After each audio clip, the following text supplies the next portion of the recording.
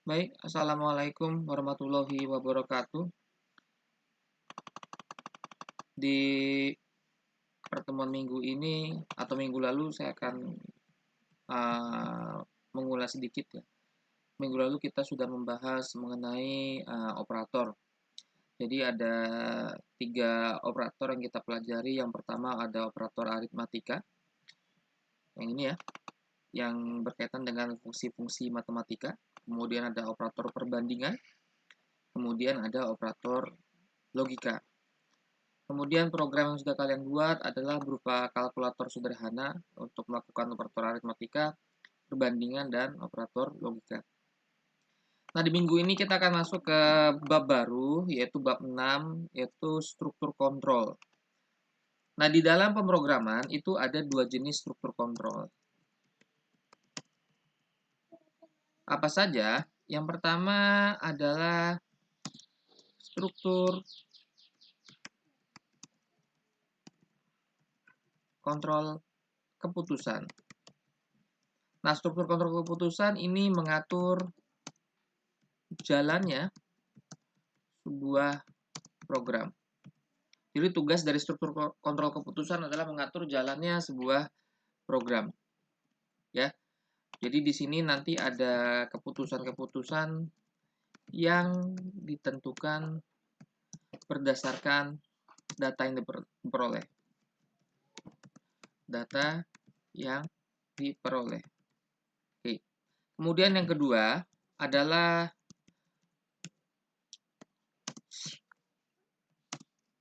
struktur kontrol perulangan.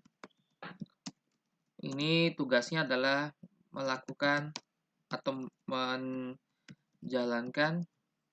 baris program di kondisi tertentu.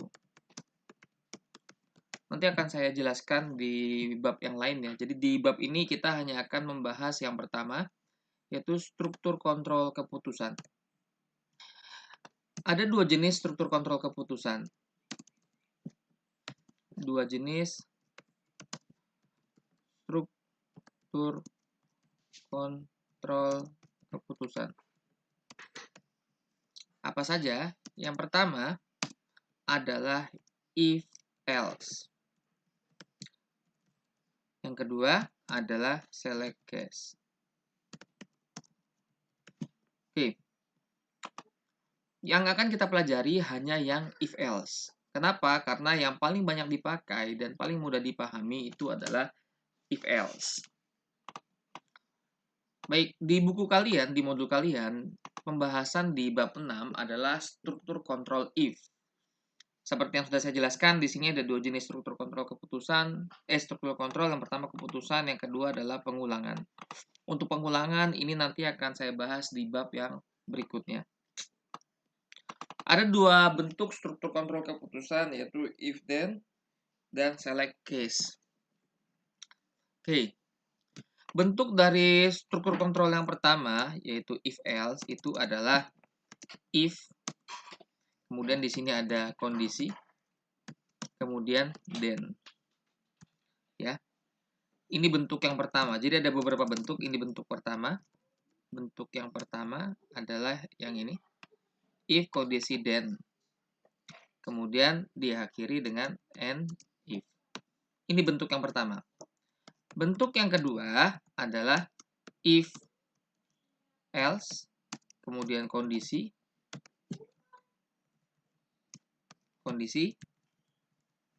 lalu then, lalu di bawahnya if ya, di setiap bawah if ini ada statement. Statement ini adalah kode perintah atau kode program yang akan dijalankan. Statement yang dijalankan, ya, jika kondisinya benar. Di if else yang kedua juga sama, ini ada statement yang dijalankan. Kemudian masih di bentuk yang kedua. Sorry, bukan if else tapi if. Kemudian yang kedua adalah else if kondisi then lalu statement yang dijalankan.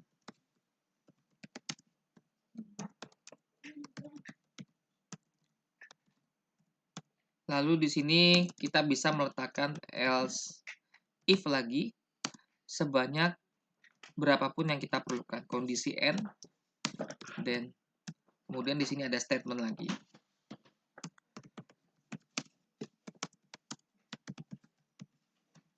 Kemudian ditutup dengan and if. Nah, ini adalah dua bentuk if else. Yang pertama, bentuk pertama if saja. Kemudian jika kondisinya benar, jadi kalau kondisinya ini adalah benar, maka bagian statement ini akan dijalankan oleh kode program, oleh compiler ya. Bentuk yang kedua, if kondisi then, jika kondisinya benar, maka if yang pertama ini akan dijalankan. Namun jika kondisinya salah, maka if yang pertama ini akan dilewati. Jadi kalau misalkan kondisinya benar, misalkan kondisi benar, maka ini akan dijalankan. Statement yang ini akan dijalankan. Baris program ini dijalankan, yang ini tidak akan dijalankan. Ini kalau kondisinya yang pertama benar. Tetapi, jika kondisi yang pertama ini adalah salah, kalau misalkan kondisinya salah, maka baris yang ini tidak akan dijalankan.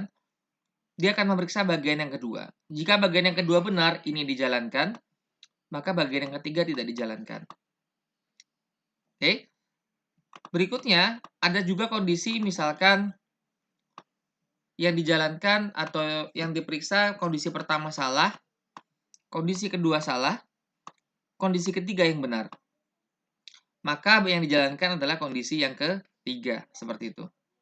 Nah, kondisi apa yang dimaksud ini? Apa sih yang dimaksud dengan kondisi? Ini apa sih kondisi ini? Kondisi ini apa sih?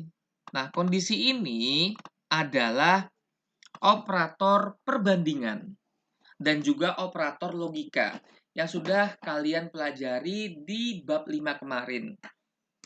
Jadi kondisi ini nanti akan berisi operator perbandingan dan operator logika. Itu ya. Oke. Nah, yang akan kita pelajari adalah struktur keputusan if else ini semuanya. Baik. Ini adalah penjelasan awal mengenai sebuah struktur keputusan. Selanjutnya, kita akan lihat di modul. Sebelumnya ya, saya lupa. Nah, jika kita menggunakan struktur keputusan if, kita pakai if, maka harus selalu diakhiri dengan and if.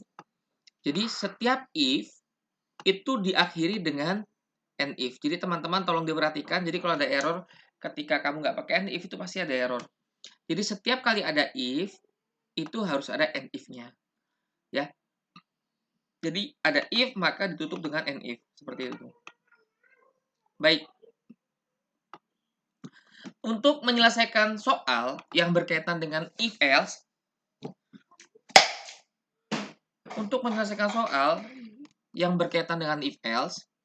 maka teman-teman sekalian harus mempelajari dulu suatu diagram yang disebut dengan flowchart. Nah, di flowchart itu ada beberapa diagram. Ada beberapa simbol. Nanti akan saya jelaskan fungsi dari flowchart ya.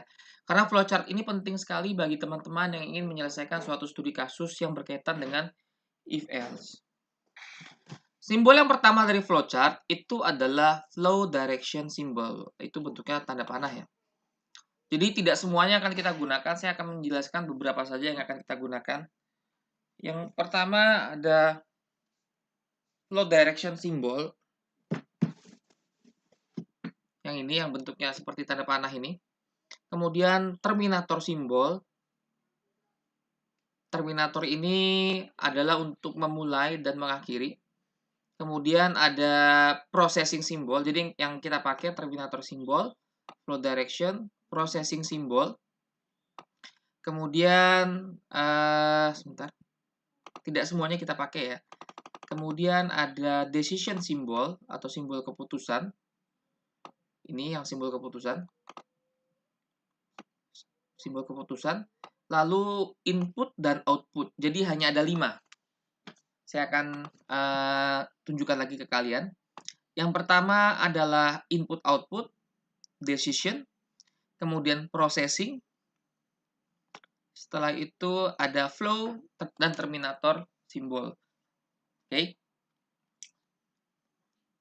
Baik. Sebelumnya, perlu diketahui ketika kita ingin menyelesaikan suatu permasalahan dengan struktur kontrol keputusan, maka kita harus tahu dulu bahwa di setiap menyelesaikan suatu program, maka ada 3 komponen. Pertama data, sistem komputer ya, itu ada 3 komponen, ada data, kemudian diproses, kemudian menghasilkan informasi. Data, proses, informasi. Seperti itu ya. Ini adalah 3 komponen penting di dalam pemrosesan suatu program. Jadi kalau kita lihat di dalam contoh kasus kita punya sebuah punya sebuah form. Ya, form ini dia akan berjalan ketika user memasukkan password, ketika user menginput password, kemudian dia mengklik OK, maka jika passwordnya benar, perhatikan kalimat saya ya, jika passwordnya benar, maka gambarnya akan ditampilkan. Jika passwordnya salah, maka gambarnya ini tidak akan ditampilkan. Saya ulangi. Jadi nanti di program ini, user diminta untuk memasukkan password. Jika passwordnya benar, maka gambarnya ditampilkan. Ini ditampilkan. Kalau sekarang masih kelihatan memang. Jika passwordnya salah, maka gambarnya tidak ditampilkan. Oke. Sekarang kita akan membuat flowchart-nya. Jadi sebelum kita buat programnya, kita buat dulu flowchart-nya. Kita buatnya pakai Word aja ya. Jadi dimulai yang pertama adalah permulaan. Bentuknya lingkaran seperti ini, start ya. Start. Jadi start itu mulainya adalah lingkaran ini. Baik. Oke. Kemudian berdasarkan studi kasus, maka akan ada input-output. Input-output itu menggunakan simbol ini. Ya, ini input, output. Untuk data, inputnya apa saja. Oke, ini nanti akan ada garisnya ya, dari start ke bawah. Nah, input-outputnya apa? Kalau kita lihat di soal, inputnya hanya password. Ya, inputnya hanya password. Jadi user hanya memasukkan password. Maka di sini kita ketik, kita kasih teks ya. Inputnya adalah password. Seperti ini. Ya, kalau mau dikecilkan silahkan kecilkan aja. Kalau merasa oke, password. Oke. Kemudian sistem akan memeriksa di decision, kita ambil yang bentuknya ini. Yang layang-layang ini decision ya. Sistem akan memeriksa. Periksanya adalah apakah password sama dengan tanda petik, nah passwordnya Nusantara gitu ya, Nusantara. Bentar, ini akan saya tunjukkan ke kalian. Apakah passwordnya sama dengan Nusantara? Jadi nanti sistem diminta untuk memeriksa apakah benar passwordnya adalah Nusantara. Nah, apakah passwordnya Nusantara? Gitu ya. Jika benar, kalau benar kenapa? Jika benar, maka bentar, saya akan tunjukkan ke kalian. Jika passwordnya benar, ini ada keputusannya bisa yes sama no gitu ya. Jika benar, bentar, kita kasih gambarnya dulu. Jadi untuk input-output, dia menggunakan simbol yang ini ya, yang apa, jajar genjang ini ya, seperti ini. Nah, jika benar, kalau benar kenapa? Jika benar, maka tampilkan gambar. Jika salah, maka gambar tidak tampil. Ya, jika salah maka gambar tidak tampil. Seperti itu. Kemudian diakhiri dengan ini. Bentar, saya gambar dulu diagramnya, jadi nanti teman-teman bisa insya Allah lebih paham lah ya. Karena ini termasuk bagian yang paling sulit di dalam mata kuliah kita, terutama di pemrograman ya. Jadi teman-teman sekalian kalau ingin menyelesaikan pemrograman yang menggunakan if else, maka wajib kalian pahami ini dulu. Oke, kita kasih teks dulu. Ini jika benar. Benar.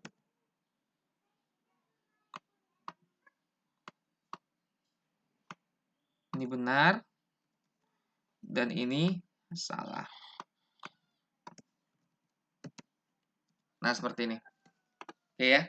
Jadi, ketika program dijalankan, maka user akan memasukkan password. Jadi, user akan mengetik password. Ini input ya, ini input.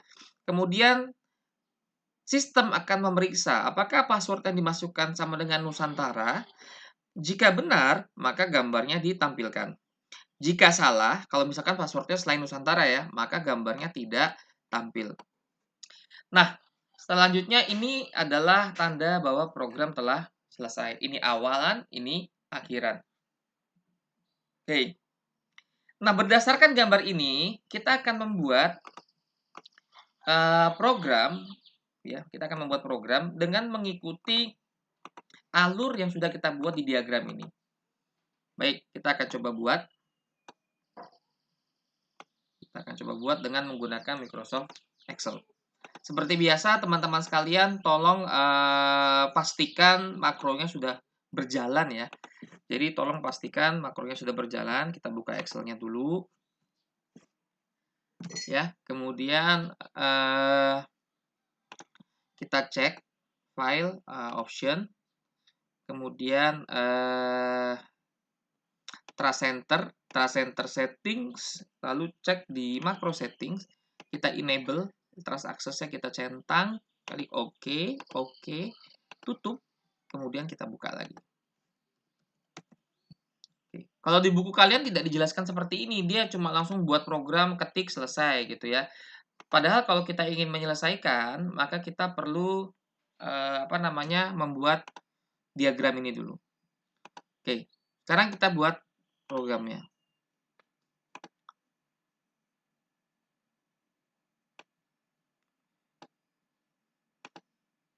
Insert user form.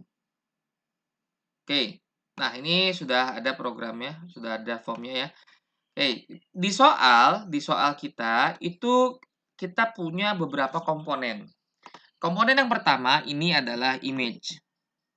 Kemudian ini adalah text box, ini label, kemudian ini command button. Oke, saya sudah jelaskan sebelumnya, program akan berjalan ketika password yang dimasukkan salah, maka gambarnya nggak tampil. Kalau passwordnya benar, maka gambarnya tampil. Kan gitu ya. Sekarang kita akan buat formnya dulu. Pertama, kita masukkan image.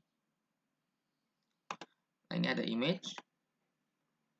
Oke. Kita taruh ke sini image-nya ke tengah. Image.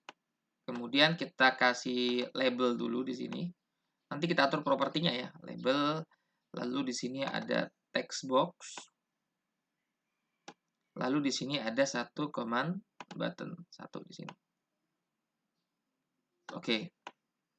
Kita atur dulu propertinya. Kita atur properti form captionnya, struktur if then, startup positionnya to center screen. Formnya startup position itu to center screen. Kemudian apalagi tadi? Captionnya struktur if then. Captionnya struktur if then. Struktur if then. Oke, kemudian image-nya kita masukkan image dulu di sini. Di sini stretch-nya kita jadikan true. Kita cari stretch ya, pilih image, pastikan ini sudah image, kita cari stretch. Ada stretch nggak di sini? Bentar. Auto size.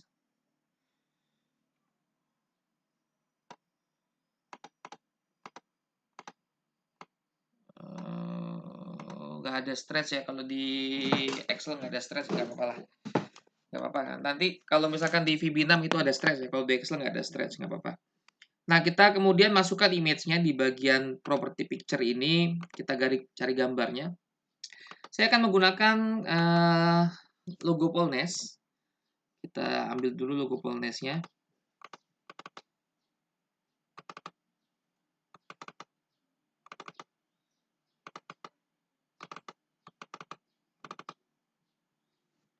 Sebentar. Oh, bukan di sini. Saya letakkan di sini berarti di drive C.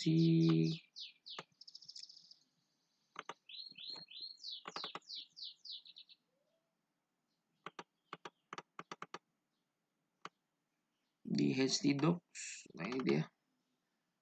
Di web design. Picture file nggak ada. Bentar ya, saya cari dulu.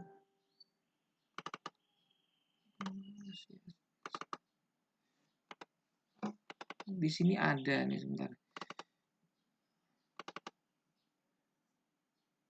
Ya, anggap aja pakai gambar menu ini ya.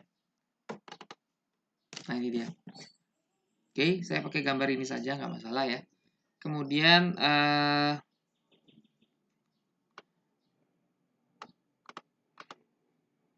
kalau di Excel namanya picture size mode ya. Jadi di Excel itu kalau di Visual Basic 6 itu pakai stretch, maka di Excel itu namanya adalah picture size mode. Itu kita pilih mode stretch. Nah, gitu ya, mode stretch ini yang nomor 1 ini. Oke. Nah, selanjutnya kita atur visible-nya. Ini ada visible untuk image, property image. Itu visible-nya kita ganti menjadi false di image ya. Kita cari visible, itu kita ganti menjadi false. Jadi ketika pertama kali dijalankan, gambarnya nggak kelihatan nih kalau kita jalankan. Sebentar. Kalau kita jalankan, gambarnya nggak kelihatan. Tuh, hilang gambarnya kan. Karena visible-nya kita ganti jadi false. Oke? Nah, selanjutnya, label 1 caption-nya password. Kita ganti caption label 1 ini. Ini kita ganti menjadi password. Oke. Kemudian tag 1 password karakternya bintang. Tag 1 ada nggak password karakter di sini? Mudah-mudahan ada ya. Oh, ada nih. Kita ganti password karakter miliknya tag 1 ini menjadi bintang. Oke. Kemudian apa lagi itu? Teksnya kosong. Oke, teksnya sudah kita kosongkan. Lalu properti berikutnya adalah komennya, captionnya oke. Komennya itu captionnya kita ganti menjadi oke. Gitu. Oke, defaultnya kita ganti jadi true. Baik, jadi nanti bentuk gambarnya seperti ini. Oke ya, nah sekarang program ini masih kosong ya. Kita belum ngetikkan kode programnya, masih kosong programnya. Baik. Nah, programnya akan berjalan sesuai dengan gambar yang sudah kita buat, ya, sesuai dengan gambar kita buat. Jadi ketika user memasukkan password, nanti gambar yang sudah kita masukkan itu akan tampil, kan seperti itu ya. Nah, bagaimana caranya? Caranya mudah ya. Kita tinggal buat dulu. Pertama, kalau kamu menemukan soal seperti ini, kamu tinggal membuat dulu flowchart-nya. Jadi apa inputnya, prosesnya apa. Jadi ini proses dilambangkan dengan bentuk layang-layang ya. Passwordnya Nusantara. Diperiksa, benar nggak Nusantara? Kalau misalkan benar, maka tampilkan gambar. Kalau salah, maka gambarnya tidak tampil. Oke. Cara membuatnya adalah ketika tombol OK diklik, maka kita buat dulu satu buah variabel dim password as string. Ya, karena passwordnya tipe datanya adalah string. Oke, kita buat dulu sebuah variabel password karena di sini memang inputnya adalah password, berarti kita perlu satu variabel password. If password sama dengan Nusantara, Anda petik karena password yang benar adalah Nusantara. Jadi yang if ini kita sudah masuk ke bagian yang pertama ini. Ya. Jadi Bentar dulu. Kita akan mengambil dulu passwordnya. Password kan kita ambil dari textbox1.text. Ya kan? Jadi kita mengambil, jadi dari teks ini akan disimpan ke dalam variabel password. Kemudian ini yang pertama. Ini adalah diagram yang pertama atau simbol yang pertama. Jadi nilai pada textbox 1 disimpan ke dalam variabel password sebagai input. Kita baru sampai sini. Kemudian diperiksa. Dia akan turun ke bagian pemeriksaan atau keputusan. Jika password Nusantara, then. Kenapa kalau Nusantara? Kalau Nusantara berarti apa? Tadi image-nya, nama image-nya itu adalah image 1. Image 1. Berarti ini, nah ini saya hapus dulu ya. Berarti kalau benar, maka image 1.visible ya sama dengan true. Kalau benar. Oke, kalau salah, else. Ya, kalau salah, maka ini kalau benar tampilkan gambar. Berarti visible true ini jika benar. Kita udah sampai sini. Nah, kalau salah, ini kalau salah kita masuk ke sini, maka image 1.visible sama dengan false. Oke, seperti ini ya. Nah, kalau sudah kita coba jalankan. Nah, ada error ya. Kenapa error? Ingat tadi saya sudah jelaskan bahwa jika if itu harus diakhiri dengan and if, tutup dengan and if. Seperti ini. Nah, sekarang kita akan coba jalankan lagi. Misalkan passwordnya benar, Nusantara. Ini benar Nusantara, saya jalankan. Gambarnya tampil. Kalau misalkan passwordnya sembarang, misalkan 1, 2, 3, 4, 5, saya jalankan, maka gambarnya hilang. Kenapa? Karena passwordnya salah. Nah, ini sudah sesuai dengan kode program yang kita buat. Ya, jadi kalau passwordnya benar, maka gambarnya tampil. Jika salah, maka gambar tidak tampil. Nah, ini kode programnya bentuknya seperti ini. Jadi kalau kita jelaskan gambar per gambarnya, bagian yang pertama ini adalah input. Input itu diambil dari text box, properti text miliknya text box, simpan ke dalam password. Yang pertama. Yang kedua, if ini adalah struktur keputusan ini. Jika benar, tampilkan gambar. Berarti jika benar, image visible-nya true. Else ini jika salah. Jika salah, maka gambar tidak tampil. Maka visible-nya adalah false. Kemudian tutup dengan and if, lalu ends up, program selesai.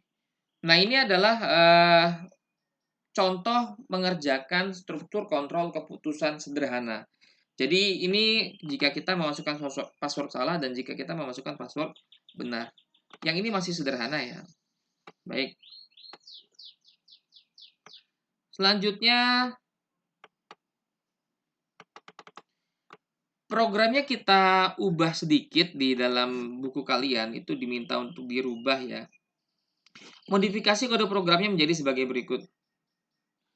Jadi jika teks 1 Nusantara benar ya, jika benar, ini kondisi jika benar, maka teks 1 enabled false, command 1 enabled false. Jadi di soal ini diminta jika kondisinya benar, maka ditambahkan lagi. Jika kondisinya benar, maka teks box 1.enable itu kita jadikan false. Kemudian command button 1.enabled itu juga dijadikan false. Tuh. Sesuai dengan kasusnya ini ya. Nah, kalau salah, maka akan ada pesan. Ini pesannya. Pesannya adalah message box password salah. Itu ya. Kemudian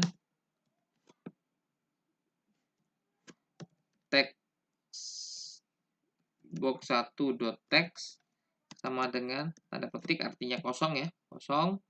Kemudian text box 1 dot apa? Set focus. Seperti itu. Nah, programnya sedikit saya rubah ya.